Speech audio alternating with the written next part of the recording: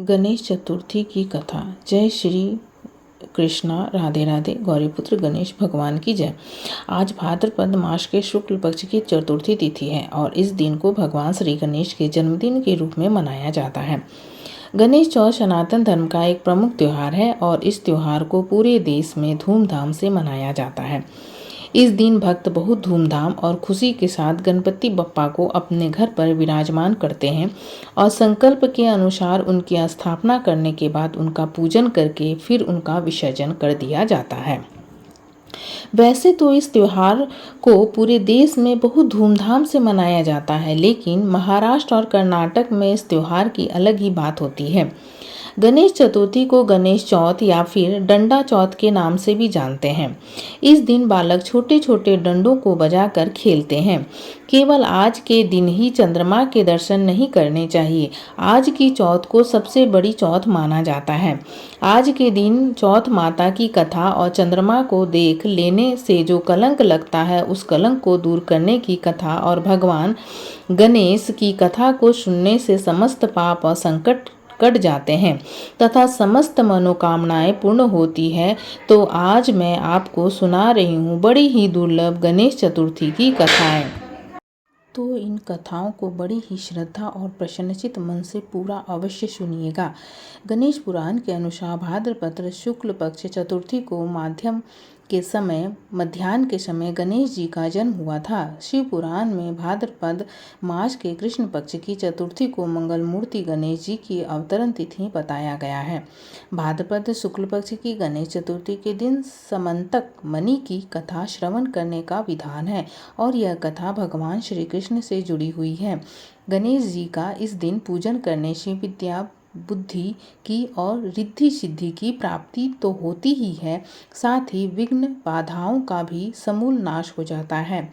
शिव पुराण के अंतर्गत रुद्र संहिता के चतुर्थ कुमार खंड में यह वर्णन है कि माता पार्वती ने स्नान करने से पूर्व अपने मैल से एक बालक को उत्पन्न करके उसे अपना द्वारपाल बना दिया। भगवान शिव ने जब प्रवेश करना चाहा तो उस बालक ने उन्हें रोक दिया। इस पर शिव गणों ने बालक से भयंकर युद्ध किया, परंतु युद्ध में उसे कोई पराजित नहीं कर सका। आखिरकार भगवान शंकर ने क्रोधित होकर अपने त्रिशूल से उस बालक का सिर काट दिया। इससे भगवती शिवा अत्यंत क्रुद्ध हो उठी और उन्होंने प्रलय करने की ठान ली। तब भयभीत देवताओं ने देवर्षि नारद की सलाह पर देवी जगदम्बा की स्तुति करके उन्हें शांत किया। शिव जी के निर्देश पर श्री विष्णु जी उत्तर दिशा में सबसे पहले मिले जीव, जो कि एक हाथी का था, उसका सिर काट कर ले आए। मृत्युंजय रुद्र ने गज के उस मस्तक को बालक के धड़ पर रखकर उन्हें पुनर्जीवित कर दिया। माता पार्वती ने हर्ष से उस गजमुख बालक को अपने हृदय से लगा लिया और देवगणों को में अग्रीण होने का आशीर्वाद दिया। श्री ब्रह्मा, भगवान श्री हरि, विष्णु, महेश ने उस बालक को अग्र पूज्य होने का वरदान दिया।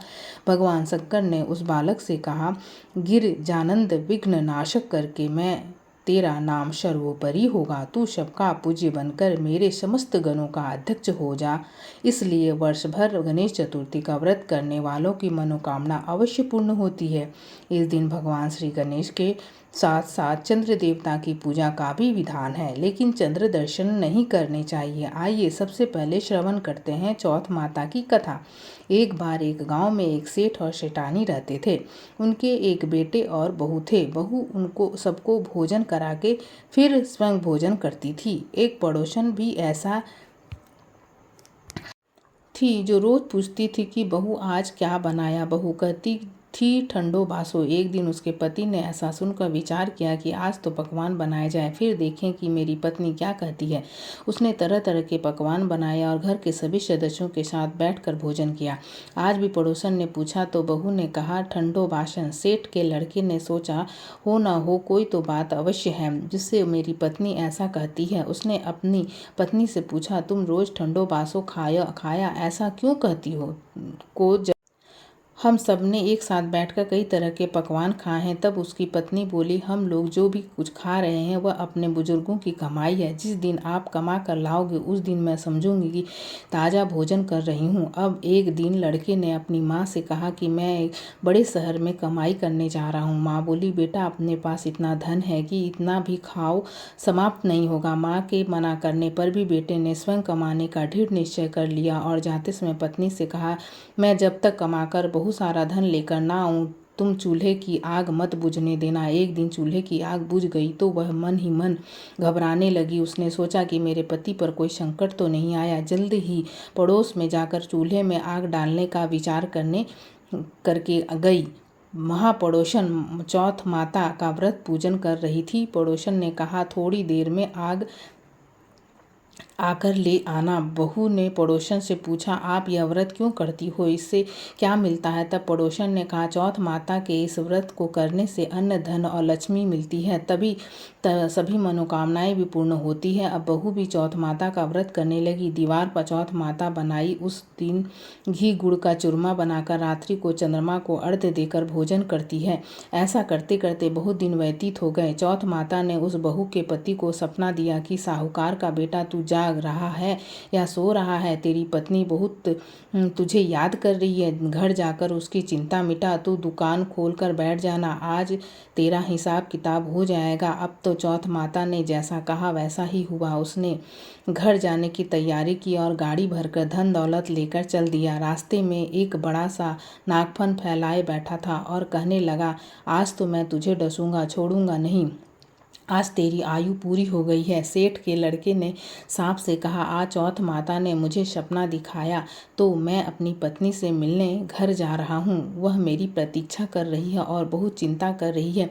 मैं उससे मिलकर जरूर आऊँगा, तब मुझे तुम डस लेना। नाग ने कहा, तुम शपथ पूर्वक कहकर जाओ तो मैं तुम्हें जाने दूंगा, परंतु तुम लौट कर नहीं आए तो तुम्हारे घर आकर मैं तुम्हें डस लूंगा। इस प्रकार सर्प को वचन देकर वह अपने घर पहुंच गया। वहां परिवार वालों से हंसी खुशी से मिला और भोजन करके उदास होकर बैठ गया। उसकी पत्नी ने उदास होने का कारण पूछा तो पत्नी के काले नाग वाली बात बताते हुए कहा, यदि मैं उसके पास नहीं जाऊंगा तो वो घर आकर मुझे डस लेगा। पत्नी बहुत चतुर थी। उसने कहा, आप जरा भी घबराएं नहीं, आप सो जाइए, मैं कुछ उपाय करती हूँ। पत्नी ने अपने कमरे में 7 सीढ़ी बनाई। पहली सीढ़ी पर रेत, दूसरी पीढ़ी पर इत्र, तीसरी सीढ़ी पर गुलाब और चौथी फूल, चौथी केसर, 5वीं पर लड्डू पेड़, छठी पर गद्दी गलीचा और 7वीं सीढ़ी पर दूध का कटोरा भरकर रख देती है। इस प्रकार वह 7 सीढ़ी सजाकर बैठ गई। तभी आधी रात होते ही नाग आकर सीढ़ी पर चढ़ने लगा। पहली सीढ़ी पर रेत में लौट गया और कहने लगा, सेठ की बहू ने आराम तो बहुत दिया है पर वचनों से बंधा आया हूँ, मैं सो डसूंगा अवश्य। इस प्रकार 7 सीढ़ी पर नाग आराम करता हुआ और कहता हुआ कि डसूंगा जरूर कमरे में पहुँचने ही वाला था कि चौथ माता ने विचार किया कि यदि मैं इसे नहीं बचाऊंगी तो संसार में धर्म कर्म और व्रत पूजन का को कौन मानेगा। अब तो गणेश जी, चंद्रमा जी और चौथ माता ने उसे बचाने का विचार किया। चंद्रमा जी ने उजाला किया, चौथ माता ढाल बनी और गणेश जी ने तलवार लेकर नाग को मार दिया और ढाल से ढक दिया। अब बहू भी थकी हारी सो गई। दिन उगा और लोगों बेटे से मिलने आए, परंतु बेटा और बहू तो उठे ही नहीं। परंतु देर हो गई तो माँ उन्हें उठाने गई। उसने अर्थात लड़के की माँ ने 7 सीढ़ी पर जो कुछ देखा तो वह बहुत घबरा गई और बेटा बहू को आवाज़ लगाई। बेटा और बहू उठे तो देखा कि एक ढाल तलवार वहाँ पड़ी हुई है। अब ढाल उठाई तो देखा वहीं नाग काला वहाँ मरा हुआ पड़ा था। बेटा बहू ने सोचा कि आज तो धर्म कर्म की आड़ में भगवान गणेश जी और चौथ माता ने अपनी रक्षा की है। हे चौथ माता, आपने जैसे सेठ के बेटे बहू की रक्षा की वैसी ही सबकी रक्षा कीजिएगा। बोलिए चौथ माता की जय, बोलिए गौरी पुत्र गणेश भगवान की जय। अब आइए श्रवण करते हैं गणेश चतुर्थी की कथा। पौराणिक कथा के अनुसार एक बार देवी पार्वती ने पूछा कि पुत्र गणेश चतुर्थी को संकट नाशक और उस दिन का व्रत किस प्रकार किया जाता है तथा उसकी कथा क्या है। मुझे विस्तार पूर्वक कहिए। देवी पार्वती जी बातों को सुनकर गणेश जी ने कहा कि हे माता, गणेश चतुर्थी जब सब संकट का नाशक करने वाली विविध फलदायक एवं संपूर्ण इच्छाएं पूरी करने वाली है। श्री कृष्ण जी कहते हैं कि हे युधिष्ठिर पुत्र की ऐसी बात सुनकर पार्वती जी ने उनसे पूछा, आहार एवं पूजन में क्या विशेषता है, उसे कहिए। तब गणेश जी माता पार्वती को बहुत ही दुर्लभ कथा सुनाते हैं। गणेश जी कहते हैं कि हे माता, पूर्व काल में नल नामक एक पुण्य आत्मा और यशस्वी राजा हुए। उनकी रूपी शालिनी रानी दमयंती नाम से प्रसिद्ध थी। एक बार उन्हें श्रापग्रस्त होकर राज्य छोड़ना पड़ा और रानी के वियोग में कष्ट सहन करना पड़ा। तब उनकी रानी दमयंती ने यह सर्वोत्तम व्रत किया। पार्वती जी ने पूछा, हे पुत्र, दंपति ने किस विधि से इस व्रत को किया और किस प्रकार व्रत के प्रभाव के 3 महीने के अंदर ही उन्हें अपने पति से मिलने का सौभाग्य प्राप्त हुआ? इन सब बातों को आप मुझे बताइए। श्री कृष्ण जी ने कहा, हे युधिष्ठिर, पार्वती जी ने ऐसा पूछने पर बुद्धि के भंडार श्री गणेश जी ने ऐसा उत्तर दिया, उसे मैं कह रहा हूँ, आप भी सुनिए। श्री गणेश जी कहते हैं कि हे माता, राजा नल को बड़ी बड़ी आपदाओं का सामना करना पड़ा। हाथी आने से हाथी और घुड़सवार साल के घोड़े का अपहरण हो गया। डाकुओं ने राजकोष लूट लिया और अग्नि की ज्वालाओं से घिरा उनका माल भस्म हो गया। राज्य को नष्ट करने वाले मंत्री लोगों ने भी साथ छोड़ दिया। राजा जुए में सब कुछ गवा बैठे और उनकी राजधानी भी उनके हाथ से निकल गई। सभी ओर से निराशा और असहाय होकर राजा नल वन में चले गए। वन में रहते समय उन्हें दमयंती के साथ अनेक कष्ट सहन करने पड़े। इतना होते हुए भी उनका रानी से वियोग हो गया। तत्पश्चात राजा किसी नगरी में भिक्षाटन करने लगे और रानी किसी दूसरे नगर में रहने लगी और राजकुमार अन्यत्र नौकरी करने लगा। जो किसी समय राजा रानी राजपुत्र कहे जाते थे, वही अब भिक्षा मांगने लगे। तरह तरह के रोगों से पीड़ित होकर, एक दूसरे से अलग होकर, कर्मफल को भोगते हुए दिन बिताने लगे। एक समय की बात है कि वन में भटकती हुई दंपति ने महर्षि शरभंग के दर्शन किए। उनसे अनेक पैरों में नतमस्तक हो हाथ जोड़कर कहा कि ऋषिराज, मेरा अपने पति से कब मिलन होगा? किस उपाय से मुझे हाथी घोड़े से युक्त यानी आबादी वाली नगरी मिलेगी और मेरा भाग्य कब लौटेगा? हे मुनिवर, आप निश्चित रूप से बताइए। हे श्री गणेश कहते हैं कि दमयंती का यह उत्तर प्रश्न सुनकर शरभंग मुनि ने कहा, दंपति, मैं तुम्हारे कल्याण की बात कर रहा हूँ, तुम्हें अन्य ध्यान पूर्वक सुनो। इसने सब संकट का नाश होता है और सब मनोकामनाएं पूर्ण करने वाला एवं शुभदायक है। अघन मास की चतुर्थी संकट नाशक कही गई है। इस तिथि को नर नारियों को गजानन की विविध पूर्वक व्रत एवं पूजन करने से तुम्हारी संपूर्ण इच्छाएं पूरी होगी। 7 महीने के अंदर ही तुम्हारा पति से मिलन होगा। यह बात मैं निश्चित रूप से कहता हूँ कि गणेश जी कहते हैं कि शरभंग मुनि का एक ऐसा आदेश पाकर दमयंती ने संकट चतुर्थी व्रत प्रारंभ किया और तभी से लगातार प्रतिमा से गणेश जी का पूजन करने लगी। साथ ही महीने में राजन उस उत्तम व्रत को करने से उसे पति, राज्य, पुत्र और पूर्वकालीन वैभव आदि की प्राप्ति हो गई। श्री गणेश कहते हैं, श्री कृष्ण कहते हैं कि हे युधिष्ठिर, इसी प्रकार इस व्रत को करने से आपकी भी राज्य की प्राप्ति होगी, आपके सभी शत्रुओं का नाश होगा। यह निश्चय है कि हे राजन, इस प्रकार मैंने सभी व्रतों को उत्तम व्रत का वर्णन किया और यह संकट का नाश करता हुआ आपके भाग्य की वृद्धि करेगा। बोलिए श्री गणेश भगवान की जय। बोलिए श्री राधा कृष्ण भगवान की जय। अब आइए सुनते हैं श्री गणेश चतुर्थी के दिन सुनी जाने वाले सप्तक मणि की कथा। इस कथा को पूरा सुनने से मनुष्य कलंकित होने से बच जाता है। अगर कलंक लगा भी रहता है तो समाप्त हो जाता है। इस कथा को सुनने मात्र से मनुष्य को सुख समृद्धि मिलती है तथा इस कथा को पूरा करने से संपूर्ण फलों की प्राप्ति होती है। इसलिए कथा को पूरा अवश्य सुनिएगा। एक बार की बात है, चंद्रमा को अपने रूप का बहुत अभिमान था। गणेश चतुर्थी के दिन गणेश जी के गजमुन एवं लंबोदर रूप को देखकर चंद्रमा ने उसकी हंसी उड़ा दी। गणेश जी की उसे नाराज हो गए और चंद्रमा को श्राप दिया कि आज से जो भी तुम्हें दिखेगा वो झूठा कलंक लगेगा। गणेश जी के श्राप से चंद्रमा दुखी हो गया और घर में छुपकर बैठ गए। चंद्रमा की दुखद स्थिति को देखकर देवताओं ने चंद्रमा को सलाह दी कि मोदक एवं पकवानों से गणेश जी की पूजा करो। गणेश जी के प्रसन्न होने से श्राप से मुक्ति मिलेगी। चंद्रमा ने गणेश जी की पूजा की और उन्हें प्रसन्न किया। तब गणेश जी ने कहा कि श्राप पूरी तरह समाप्त नहीं होगा, लेकिन अपनी गलती चंद्रमा को याद रखें और दुनिया को भी यह ज्ञान मिले कि किसी के भी रूप को देखकर उसकी हंसी नहीं उड़ानी चाहिए। इसलिए अब से केवल भाद्रपद मास के शुक्ल पक्ष की चतुर्थी के दिन जो भी चंद्रमा को देखेगा उसे झूठा कलंक लगेगा। इसलिए इस दिन चंद्रमा के दर्शन ना करें। यदि भूल के चंद्र दर्शन हो जाए तो उसे निवारण करने के लिए समंतक मणि की चोरी की कथा का श्रवण करना लाभकारी होता है। गणेश चतुर्थी के दिन गलती से भी अगर चंद्रमा के दर्शन हो जाए तो समंतक मणि की कथा को सुनते हैं। एक बार नंद किशोर ने समस्त कुमारों से कहा कि चौथ की चंद्रमा के दर्शन करने से श्री कृष्ण जी पर जो लांछन लगा था वह सिद्धि विनायक व्रत करने से ही दूर हुआ था। ऐसा सुनकर सनत कुमार को आश्चर्य हुआ कि उन्होंने पूर्ण ब्रह्मा जी के कृष्ण को कलंक लगने की कथा पूछी। नंद जी किशोर ने बताया कि एक बार जरासंत ने के भय से श्री कृष्ण समुद्र के मध्य नगरी बसकर रहने लगे। इसी नगरी का नाम आजकल द्वारिकापुरी है। द्वारिकापुरी में निवास करने वाले सत्यराजित यादव ने सूर्य नारायण की आराधना की। तब भगवान सूर्य ने उसे नित्य 8 बार सोने देने वाली समंतक नामक मणि अपने गले से उतार कर दे दिया। मणि पाकर सत्यराजित यादव जब समाज में गया तो श्री गणेश ने उस मणि को प्राप्त करने की इच्छा व्यक्त की। सतत ने वह मणि श्री गणेश जी को न देकर अपने भाई प्रसन्नजीत को दे दी। एक दिन प्रसन्नजीत घोड़े पर चढ़कर शिकार के लिए गया। वहां एक शेर उसे मार डाला और मणि ले लिया।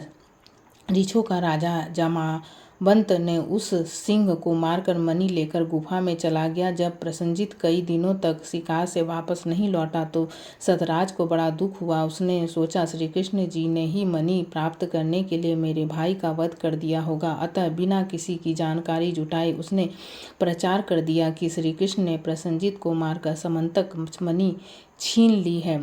इस लोक निंदा के निवारण के लिए श्री गणेश बहुत से लोगों के साथ प्रसन्नजीत को ढूंढने वन में गए। वहां पर प्रसन्नजीत को शेर द्वारा मार डालना और शेर को रीछ द्वारा मारने के लिए चिंता उन्हें मिल गए। रीछ के पैरों की खोज करते करते वे जामवंत की गुफा में जा पहुंचे और गुफा के भीतर चले गए। वहां उन्होंने देखा कि जामवंत की पुत्री उसी मणि से खेल रही थी।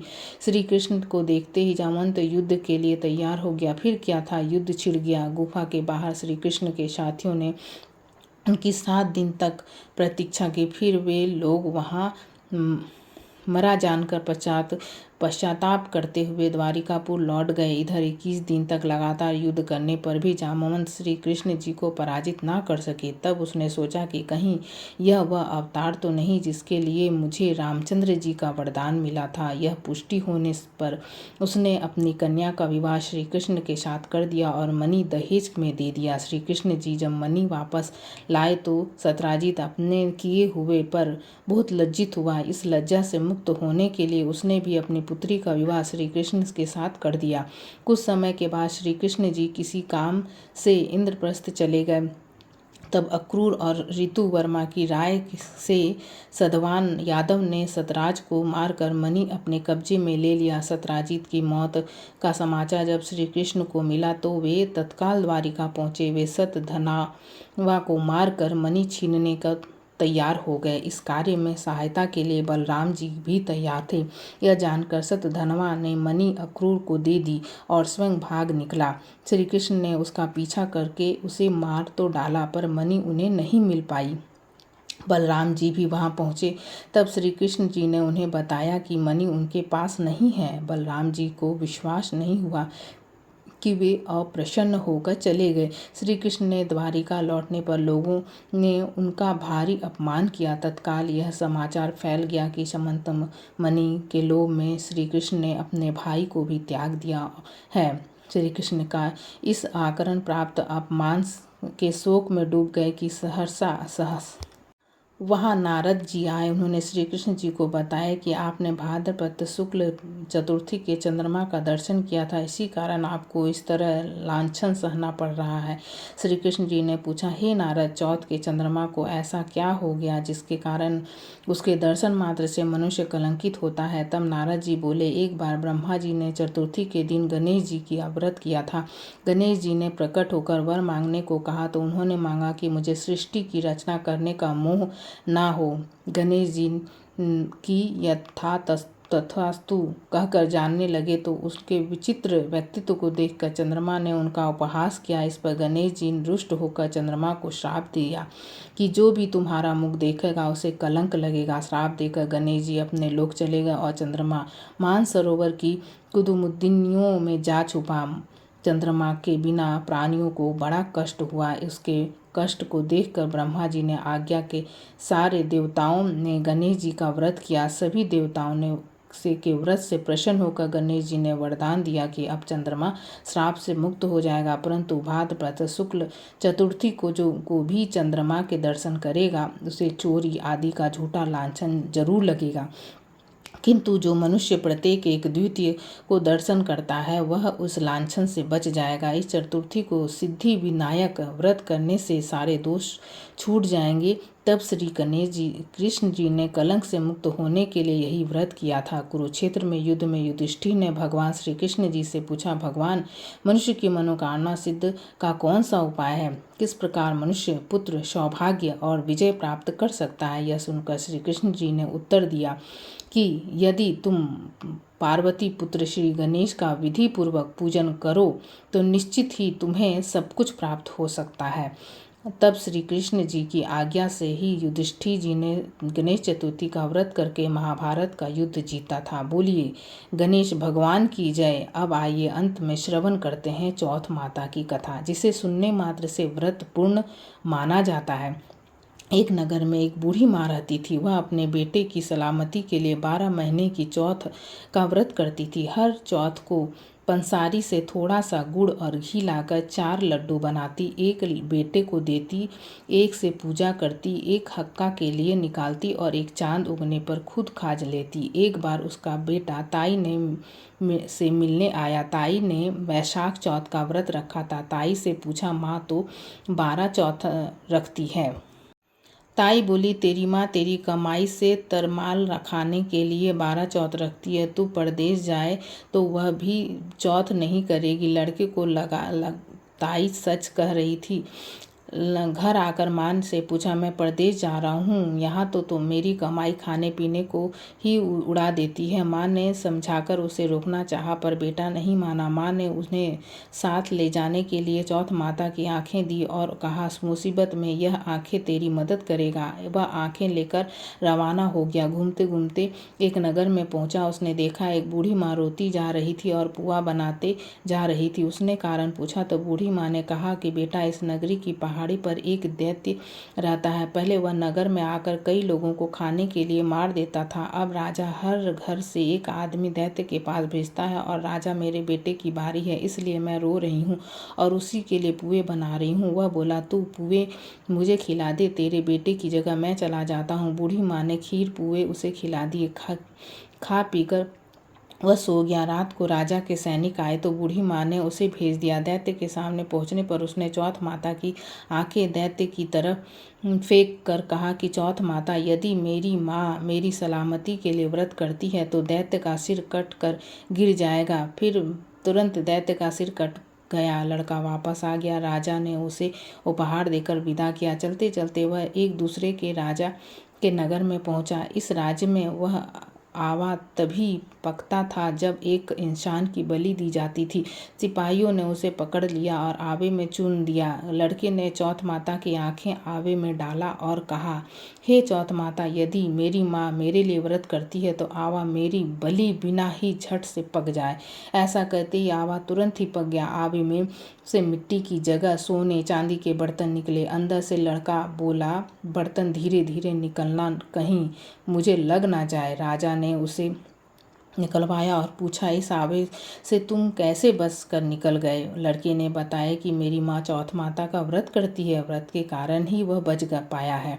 राजा को तब विश्वास नहीं हुआ। उसने एक चांदी की सुराही मंगवाई और कहा कि सुराही की नली से निकल कर दिखाओ, तभी तुम मुझे विश्वास होगा। लड़के ने चौथ माता को याद करते हुए आंखें सुराही में डाल लिया और कहा, मैं भंवरा बनूं, सुराही से निकलूं। लकड़ा तुरंत भंवरा बनकर सुराही से निकल गया। तब राजा ने खुश होकर राजकुमारी से शादी उसके साथ करवाई और सभी लोगों को चौथ माता का व्रत करने को कहा। एक दिन उसे माँ की याद आई। उसने राजा के पास जाकर खुद के नगर जाने की इच्छा जाहिर की। राजा ने रथ, घोड़ा, हाथी और खूब सारा दान दहेज देकर उन्हें विदा किया। चौथ के दिन वह अपने नगर पहुंचा। वह अकेला पंसारी के यहाँ माँ का इंतजार कर रहा था। सोचा, चौथ है तो माँ तो यहाँ जरूर आएगी। थोड़ी देर बाद लड़की देखती हुई माँ आती दिखी। उसने माँ की आंखों में जाले आने के कारण दिखना कम हो गया था। लड़के ने जानबूझकर उस स्त्री के बेटे को अपशब्द कहने लगा। माँ ने उसे नहीं पहचाना और कहने लगी, भैया मुझे चाहे कितनी गाली दे दो, पर मेरे बेटे को कुछ मत कहना। यह सुनते ही बेटा माँ के चरणों में गिर पड़ा और कहा, माँ मैं तेरा ही बेटा हूँ, मुझे माफ़ कर दो। तब माँ ने उसे गले से लगा लिया। नगर के लोगों ने विश्वास नहीं किया कि वह उसी का बेटा है। बूढ़ी माँ ने चौथ माता को याद करके कहा, हे चौथ माता, यदि मैं अपने बेटे के लिए व्रत करती हूँ तो मेरे स्तन में दूध भर जाए और उसकी धार मेरे बेटे के मुख में गिरे। माँ के स्तनों में दूध की धार निकलने लगी, बेटे के मुंह में गिरने लगी। चौथ माता की जयकार करने लगे। उस नगर के सभी लोग चौथ माता का व्रत करने लगे। हे चौथ माता, जैसे बूढ़ी माँ और उसके बेटे की सहायता की, वैसे हमारी भी करना। कहानी सुनने और अहंकार भरने वाले पर अपनी कृपा करना। बोलिए चौथ माता की जय।